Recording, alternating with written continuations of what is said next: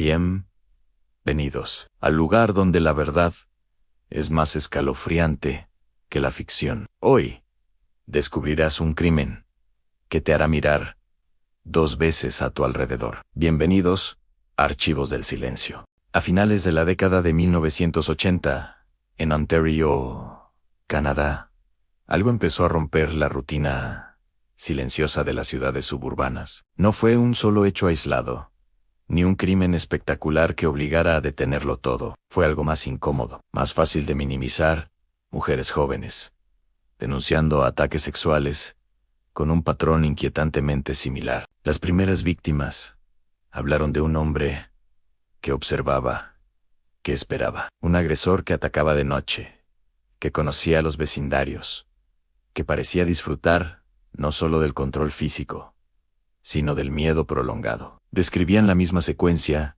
la vigilancia previa, el momento exacto del ataque, las amenazas, la forma en que el agresor hablaba. No eran coincidencias, eran advertencias. Pero cada denuncia fue archivada como un caso separado. En las comisarías, el ambiente era otro. Los interrogatorios estaban cargados de dudas, de preguntas que no buscaban esclarecer, sino poner en tela de juicio. ¿Estaba segura de la hora? ¿Había bebido?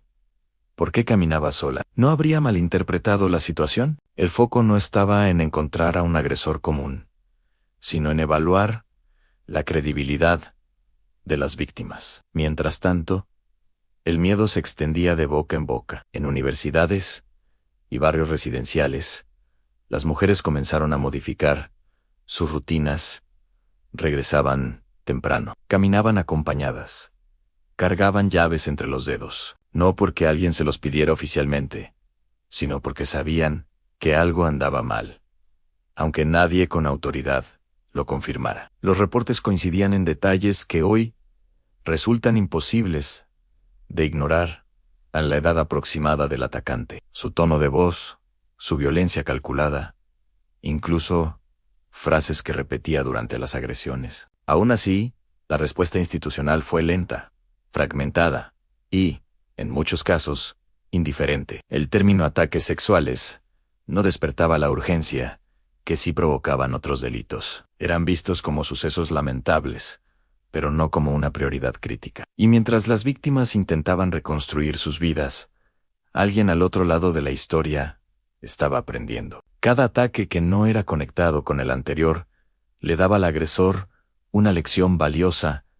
Podía seguir haciéndolo. No había patrullas especiales, no había alertas efectivas, no había una cacería real. La falta de reacción no solo lo protegía, lo fortalecía. Le permitía ajustar tiempos, perfeccionar movimientos, pulir su método. Ese hombre tenía nombre: Paul Bernardo. Pero en ese momento, para las autoridades, era solo una sombra inexistente, un error estadístico, una posibilidad que nadie quiso asumir. Años después, cuando el horror alcanzara un punto imposible de negar, muchos se preguntarían lo mismo: ¿en qué momento se pudo detener todo? La respuesta es incómoda, porque apunta directamente a este inicio, al momento en que las mujeres hablaron y nadie quiso escuchar. Y lo peor estaba aún por comenzar. Con el paso de los meses, las denuncias dejaron de ser un murmullo aislado y comenzaron a formar un eco inquietante. Los ataques ya no se concentraban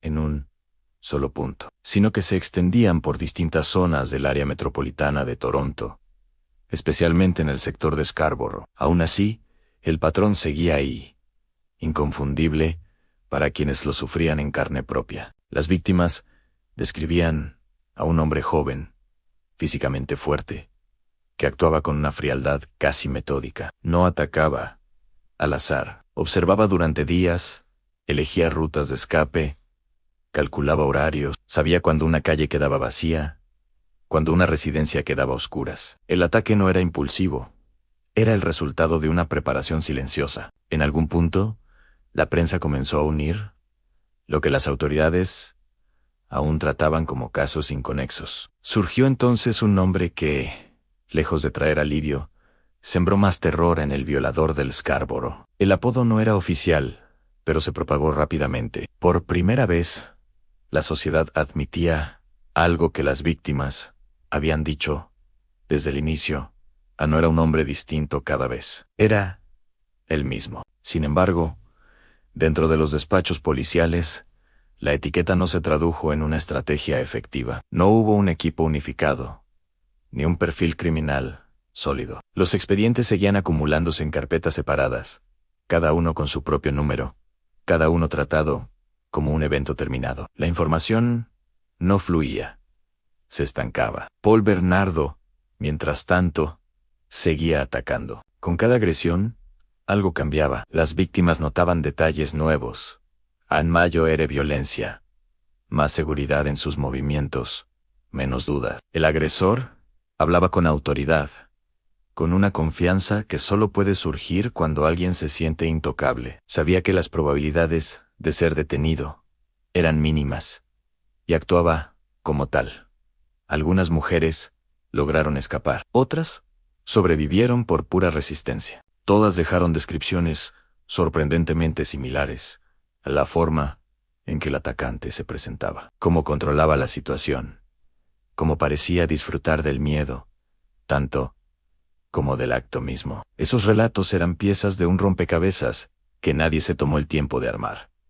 La reacción pública fue contradictoria. Por un lado, crecía la alarma. Padres prohibían salidas nocturnas.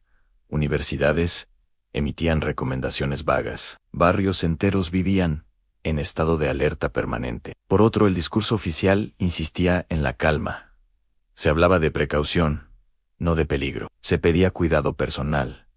No se ofrecía protección real. Ese vacío fue decisivo, porque mientras la comunidad intentaba adaptarse al miedo, Bernardo hacía lo mismo, pero con un objetivo opuesto. Ajustaba sus rutinas, modificaba sus puntos de ataque, aprendía qué errores no cometer. La ausencia de una respuesta contundente le permitió experimentar, refinar y evolucionar sin obstáculos. El violador del Scarborough ya no era solo un agresor serial, se estaba convirtiendo en algo más peligroso, en un depredador que entendía el sistema y sabía cómo moverse dentro de sus fallas. Y aunque el nombre comenzaba a circular en los titulares, el rostro detrás de él seguía caminando libre, mezclado entre la gente común, preparándose para el siguiente paso. A medida que el miedo se volvía imposible de ignorar, la presión pública obligó a las autoridades a mostrar avances. Fue entonces cuando aparecieron los retratos hablados, dibujos basados en los testimonios de mujeres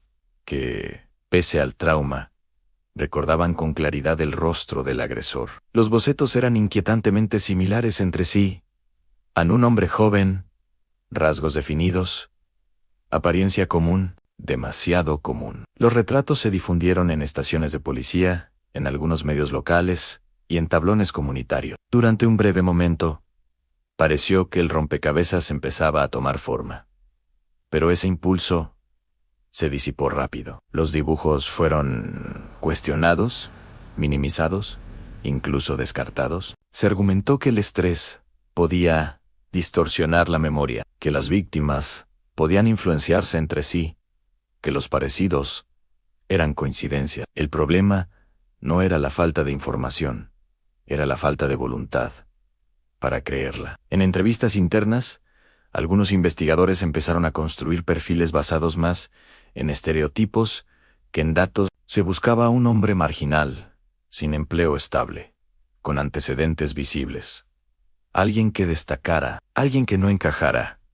Paul Bernardo no cumplía con esa imagen. Tenía trabajo, sabía relacionarse, se movía con naturalidad en espacios sociales. No parecía un monstruo, y eso jugó a su favor. Mientras tanto, las víctimas seguían enfrentándose a un segundo golpe, el de la incredulidad. Muchas relataron cómo sus denuncias eran recibidas con frialdad, cómo debían repetir una y otra vez detalles íntimos, cómo se insinuaba que podían estar exagerando o confundiendo recuerdos. En lugar de sentirse protegidas, se sentían juzgadas. Ese trato no solo desalentó futuras denuncias, también envió un mensaje silencioso al agresor. Cada caso que no avanzaba era una confirmación de impunidad. Bernardo, consciente o no del alcance de esos errores, caminaba entre la multitud, sin levantar sospechas. Incluso, llegó a ser interrogado en algún momento como parte de pesquisas generales, pero fue descartado rápidamente. No encajaba en la idea que la policía tenía del culpable. Demasiado normal, demasiado educado, demasiado correcto. La investigación se fragmentó aún más. En jurisdicciones distintas, no compartían información clave. Retratos hablados quedaban olvidados en archivos. Pistas que hoy parecen evidentes se diluían en la burocracia. El enfoque estaba puesto en cerrar casos, no en entender el fenómeno completo. En paralelo, el agresor seguía observando, aprendía qué zonas estaban más vigiladas, qué horarios generaban menos sospecha, qué errores habían cometido otros criminales antes que él. La ausencia de consecuencias no solo lo protegía, lo entrenaba. Para entonces, la pregunta ya no era si el violador del Scarborough volvería a atacar, sino qué tan lejos llegaría antes de ser detenido. Y nadie parecía dispuesto a aceptar que la respuesta estaba escrita desde el principio, en las voces que habían sido ignoradas. La normalidad de Paul Bernardo no era una fachada improvisada. Era su mejor escondite. Y detrás de ella, algo mucho más oscuro estaba a punto de emerger. En medio de la búsqueda fallida de un agresor que parecía no existir para el sistema, Paul Bernardo no estaba solo. A principios de los años 90, su vida dio un giro decisivo cuando inició una relación con una joven llamada Carla Jamalka. Desde fuera, la pareja proyectaba una imagen casi ideal: novios cariñosos, planes de boda, una vida aparentemente estable. Nadie imaginaba que esa relación se convertiría en el catalizador de una escalada criminal sin retorno. La dinámica entre Bernardo y Homolka fue compleja y profundamente violenta. Él ejercía control psicológico, intimidación constante y abuso físico. Carla, lejos de ser una espectadora pasiva, quedó atrapada en una relación marcada por la manipulación y el miedo. Pero esa misma relación también dio lugar a una complicidad que cambiaría para siempre la naturaleza de los crímenes. Hasta ese momento, los ataques de Bernardo habían seguido un patrón claro en agresiones sexuales, cometidas en solitario, con una lógica depredadora. Con la entrada de Carla en su vida, algo se transformó. El círculo de violencia se cerró, se volvió más íntimo, más secreto. Ya no se trataba solo de atacar a desconocidas en la oscuridad. Ahora el horror se trasladaba a espacios privados, lejos de miradas externas. Homolka comenzó a participar de forma activa en un entorno de dominación extrema. Se convirtió en colaboradora, facilitadora y testigo directa de actos que cruzaban límites impensables. La pareja compartía fantasías, rituales y una visión distorsionada del poder. Lo que antes era un depredador actuando solo, ahora era una pareja unida por la violencia. Este cambio fue crucial. Mientras la policía seguía enfocada en un agresor individual que atacaba en la calle, Bernardo ya había evolucionado. La presencia de Carla no solo le dio apoyo logístico y emocional, sino una sensación reforzada de impunidad. Compartir el secreto lo hizo sentirse más fuerte, más protegido. Hacia el exterior, nada parecía fuera de lugar. Trabajos, amistades, planes de boda. La normalidad seguía siendo el disfraz perfecto. Nadie sospechaba que detrás de puertas cerradas se estaban gestando crímenes que superarían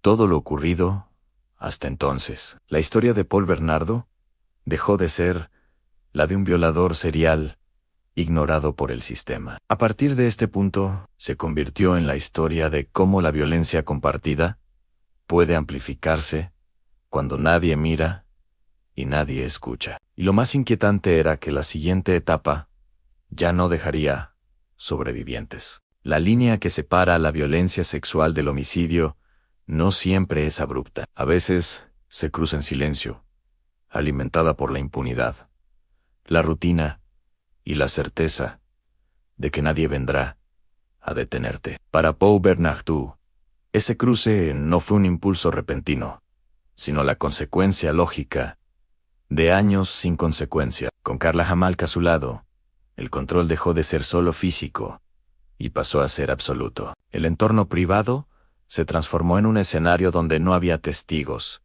ni interrupciones, ni riesgo inmediato. Allí, la violencia ya no tenía límites externos. La pareja había construido un mundo cerrado, donde las reglas las imponían ellos, y el sufrimiento ajeno era parte del ritual. Los primeros asesinatos marcaron un punto de no retorno. No fueron errores ni accidentes, fueron actos deliberados, cometidos con una frialdad que solo puede existir cuando alguien se siente protegido por el silencio previo. Durante años, Bernardo había aprendido que podía atacar y salir caminando. Ahora, esa misma lógica se trasladaba a crímenes aún más graves. Mientras tanto, el sistema seguía reaccionando tarde. Las desapariciones y muertes de jóvenes comenzaron a sacudir a la opinión pública de una forma distinta. Ya no se trataba solo de sobrevivientes denunciando ataques. Ahora había familias buscando respuestas, comunidades enteras paralizadas por el miedo. La narrativa cambió, pero la conexión con los casos anteriores seguía sin establecerse con claridad. Ese fue uno de los fracasos más graves en no ver la continuidad. El violador serial y el asesino no eran entidades distintas, eran la misma persona, evolucionando frente a la inacción institucional. Cada agresión ignorada había sido un ensayo, cada denuncia minimizada, un permiso tácito. Bernardo y Homolka mantenían su fachada. Se casaron, celebraron, posaron para fotografías. La normalidad seguía siendo su mejor escudo. Nadie sospechaba que los mismos rostros que sonreían en eventos sociales estaban vinculados a algunos de los crímenes más atroces del país. Cuando finalmente las autoridades comenzaron a hablar de un asesino serial, lo hicieron sin mirar atrás, sin reconocer que ese asesino había estado activo durante años bajo otro nombre, otro rótulo, otra categoría menos urgente. El costo de esa ceguera ya no podía medirse solo en trauma, sino en vidas perdidas. La transición de Paul Bernardo no fue una sorpresa inevitable. Fue el resultado de una cadena de negligencias, prejuicios y errores acumulados. Un depredador que empezó siendo ignorado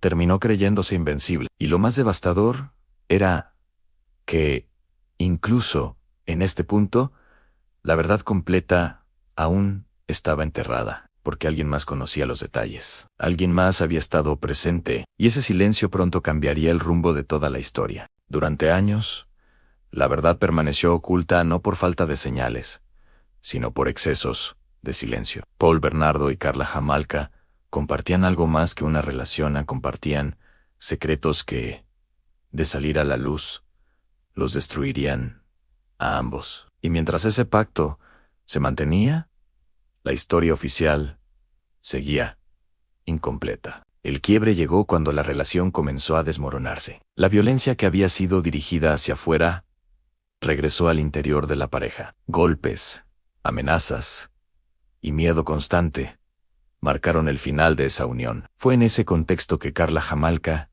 tomó una decisión crucial: hablar pero no toda la verdad. Cuando se presentó ante las autoridades, lo hizo desde una posición cuidadosamente construida. Se mostró como una víctima más de Bernardo, una mujer sometida, atrapada en una relación abusiva. Ese relato no era falso del todo, pero estaba lejos de ser completo. Faltaban piezas fundamentales. Y esas piezas estaban literalmente enterradas. La investigación avanzó con lentitud, pero una revelación lo cambió todo. Existían grabaciones en video, material que documentaba con crudeza los crímenes, que mostraba no solo a Bernardo, sino también a Homolka, participando activamente. Esas cintas, ocultas durante años, desmontaban la narrativa inicial y revelaban una complicidad imposible de ignorar. El problema fue el momento. Para cuando las grabaciones salieron a la luz, Karla ya había firmado un acuerdo con la fiscalía, un trato que le garantizaba una condena reducida a cambio de testificar contra Bernardo. La justicia había negociado sin conocer el alcance real de su participación. Cuando la verdad emergió, el acuerdo ya era irreversible. La reacción pública fue inmediata y furiosa. Se habló de traición, de incompetencia, de un sistema que nuevamente había fallado, esta vez no solo a las víctimas, sino a la sociedad entera. Las cintas mostraban lo que muchos no querían aceptar. El mal no siempre actúa solo. Bernardo, enfrentado a pruebas irrefutables, quedó expuesto por completo. Ya no era una sombra ni un sospechoso más. Era un criminal documentado, un depredador cuya historia podía reconstruirse paso a paso. Pero el precio de esa claridad fue alto. La verdad había estado allí todo el tiempo, guardada en un sótano, protegida por el miedo y la conveniencia. Cuando finalmente salió a la superficie, ya no podía cambiar el pasado. Solo podía iluminar, de forma brutal, cuanto se había perdido por no escuchar antes. Y aunque el juicio se acercaba, la pregunta que flotaba en el aire no era solo qué pasaría con Paul Bernardo, sino cómo un sistema entero permitió que la verdad permaneciera enterrada durante tanto tiempo. El arresto de Paul Bernardo no trajo alivio inmediato. Trajo rabia. Cuando su nombre y su rostro se hicieron públicos, Canadá entera se enfrentó a una verdad incómoda. El hombre, que durante años había aterrado a mujeres, el asesino, detrás de crímenes atroces, había estado ahí todo el tiempo, invisible, integrado, ignorado. El juicio se convirtió en un evento nacional. Cada audiencia era seguida con atención obsesiva, no solo por la brutalidad de los crímenes, sino por todo lo que representaban.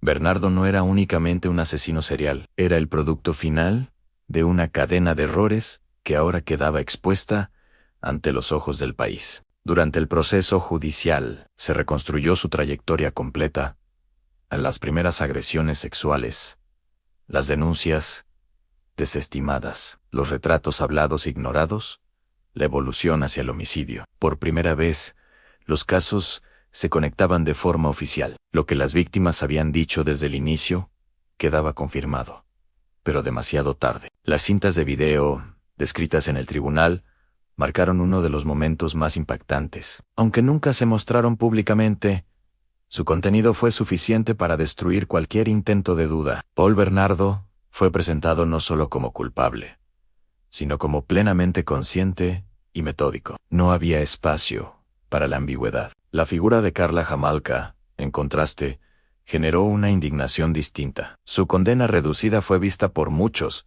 como una injusticia intolerable. Protestas, editoriales y debates públicos cuestionaron cómo una participante activa en crímenes tan graves podía recibir un castigo tan leve. El sistema judicial quedó bajo escrutinio total, pero la culpa no se detuvo en los acusados. Policías, fiscales y autoridades pasadas fueron señalados por su inacción. Informes internos revelaron fallas de comunicación, prejuicios de género y una cultura institucional que había minimizado sistemáticamente las denuncias de mujeres jóvenes. El juicio dejó claro que no se trataba de un fallo aislado, sino de un patrón. Cuando finalmente llegó la sentencia, Bernardo fue condenado a cadena perpetua sin posibilidad de libertad condicional por décadas. La decisión fue recibida con una mezcla de alivio y vacío. No devolvía las vidas perdidas, ni borraba los años de terror. El juicio había terminado,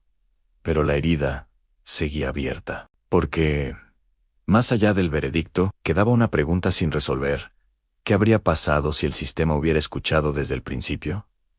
La respuesta no estaba en el tribunal, estaba en las historias de quienes hablaron cuando nadie quiso oírlas. Y ese eco conduciría directamente al último capítulo de esta historia. El cierre del juicio no marcó el final de la historia de Paul Bernardo. Para muchas personas, fue apenas el inicio de una reflexión dolorosa y necesaria, porque cuando el ruido mediático se disipó y las cámaras abandonaron la sala, quedó al descubierto lo más difícil de aceptar. La verdadera dimensión del daño no se limitaba a los crímenes, sino a todo lo que permitió que ocurrieran. Las víctimas sobrevivientes, aquellas mujeres que denunciaron desde el principio, volvieron a ser mencionadas. Esta vez, no como expedientes inconclusos, sino como voces que habían tenido razón desde el primer día. Sus relatos coincidían, sus advertencias eran claras, y aún así fueron ignoradas, no por falta de pruebas, sino por una cultura institucional que desconfiaba de ellas. El caso obligó a Canadá a mirarse al espejo. Investigaciones internas revelaron fallas estructurales en cuerpos policiales que no compartían información, protocolos obsoletos para delitos sexuales, y un machismo arraigado que restaba credibilidad a las denuncias femeninas. El nombre de Paul Bernardo quedó ligado para siempre a esas deficiencias. Hubo cambios. Se revisaron procedimientos, se crearon unidades especializadas, se modificaron leyes, pero ninguna reforma pudo borrar el hecho central. Ansí, si hubiera escuchado antes, algunas muertes pudieron haberse evitado. Esa certeza pesa más que cualquier condena. Las víctimas fallecidas se convirtieron en símbolos de un fracaso colectivo, no solo de un hombre violento, sino de un sistema que eligió no ver, no unir puntos, no actuar con urgencia. Y las sobrevivientes, cargando con años de trauma, quedaron como testigos incómodos de una verdad que nadie quiso enfrentar a tiempo. Hoy, la historia de Paul Bernardo no se recuerda solo como la de un asesino serial. Se recuerda como una advertencia, como un recordatorio de lo que ocurre cuando la incredulidad, los prejuicios y la negligencia se combinan. El próximo depredador no anuncia su llegada. Aparece en los márgenes, donde las voces son desestimadas. La pregunta final no es ¿quién fue Paul Bernardo? La pregunta real es ¿a quiénes seguimos sin escuchar hoy? Porque el silencio, una vez más, puede ser el cómplice más peligroso de todos. Cada crimen deja huellas. Y en nuestro próximo video descubriremos otra que te helará la sangre. No olvides suscribirte, porque la próxima historia podría estar más cerca de ti de lo que crees. Hasta la próxima. Si te atreves a regresar,